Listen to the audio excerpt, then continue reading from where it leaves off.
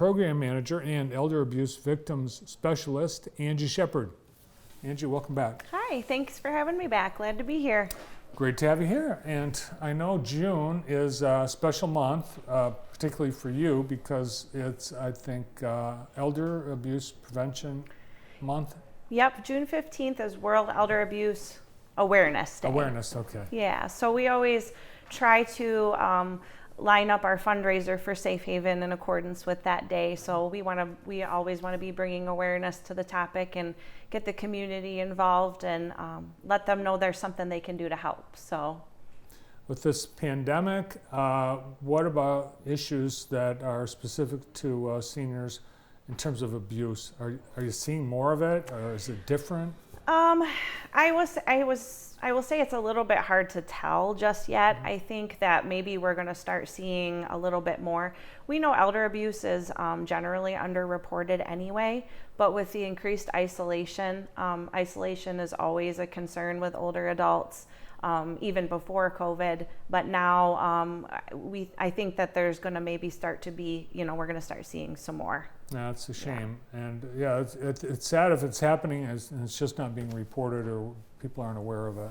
Yeah, yep. I think older adults in any type of abuse situation, I don't think we always see the whole picture, but I think older adults, a lot of times, because most likely the perpetrator is going to be somebody they know, and they don't, they have a tendency to want to protect people that, their kids or family members that might be mistreating them. So I think that's a big reason why it tends to be underreported. Their kids. Yeah. Yeah. Yeah. So can you give us an example or two of what constitutes elder abuse? Elder abuse can come in many different forms, but one of the things we do to raise awareness is we want people to sort of look out for the signs and the red flags. So elder abuse can be physical. It could be harming somebody in a physical way. It could be emotional or mental abuse, so threatening someone, cursing at them, yelling at them, isolating them from family or friends. That could be abuse. There's also neglect, which is the failure to provide adequate care to older adults for somebody that you're responsible for caring for. And then there's also financial exploitation or financial scams, which we see a lot of, and COVID has affected that. I think people who want to take advantage tend to also take advantage of a situation like COVID and try to take over people's money one way or another. So it's sad to see. Yeah, those people, they have no heart or conscience. So it's unbelievable that it happens. And they're heartbreaking stories. People lose their life savings and. Yep. We've had a few cases where people were going to be evicted because for whatever reason their Social Security got scammed and it wasn't going into their bank account. So we had to, but we were thankfully with Safe Haven able to step in and help pay their back rent. We were able to get legal services involved so they could remedy the scam situation. So Safe Haven is a really great program for somebody who might be experiencing any of those types of abuse.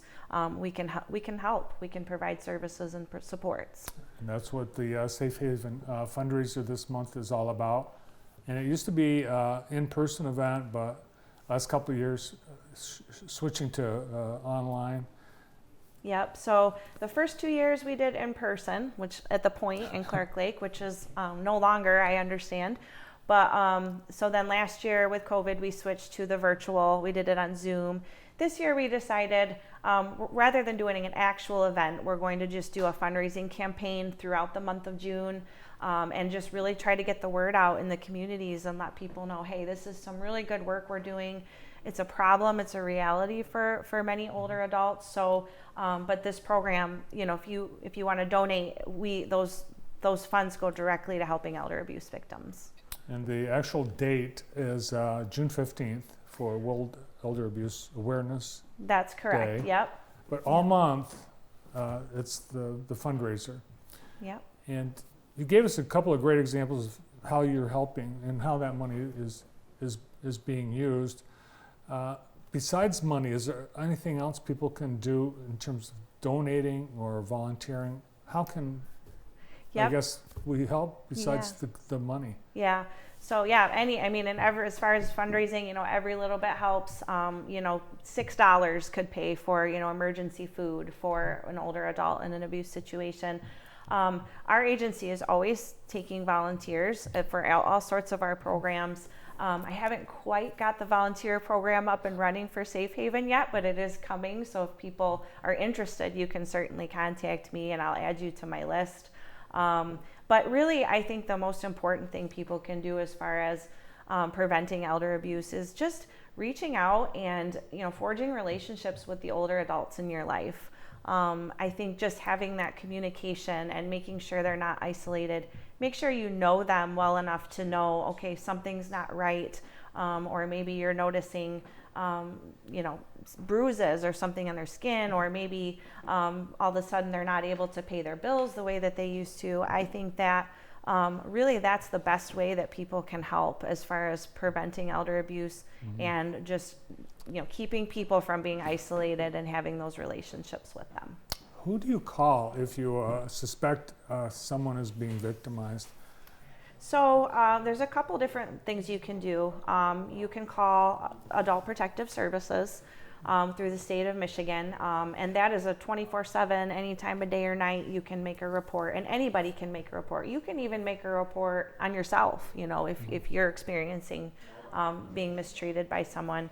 I don't have the phone number off the top of my head. I should have it memorized, but you can just do a search, APS, Adult Protective Services. It's also on our website, which is r2aaa.net. So if you go there, you can find the phone number to APS Central Intake. So that's the first thing I always recommend people do, just because as at Region 2, we're mandated reporters. So if it comes to us, we're going to call and make that report anyway. So we want people to do that. But you can also just call us at 517-592-1974, and we'll help you. We'll point you in the right direction. I've even helped people make APS referrals before, just to kind of help them through that process. So.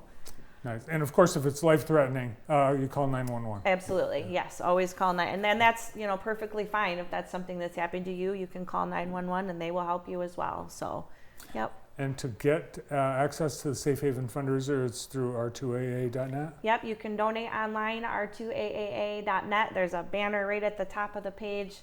Just click that. It'll take you to our donation page, and then or you can call us again, 517-592-1974. If you'd rather make it, if you'd rather send a check or drop off cash or something, we can surely accommodate that. So nice. Good luck. Hope you're successful with the fundraiser this year. Thanks. Appreciate Good to see it. you. Good to be here. Angie Shepard is Elder Abuse Victims Specialist and Program Manager at Region 2 Area Agency on Aging. Stay with us. We've got a few events coming up this week.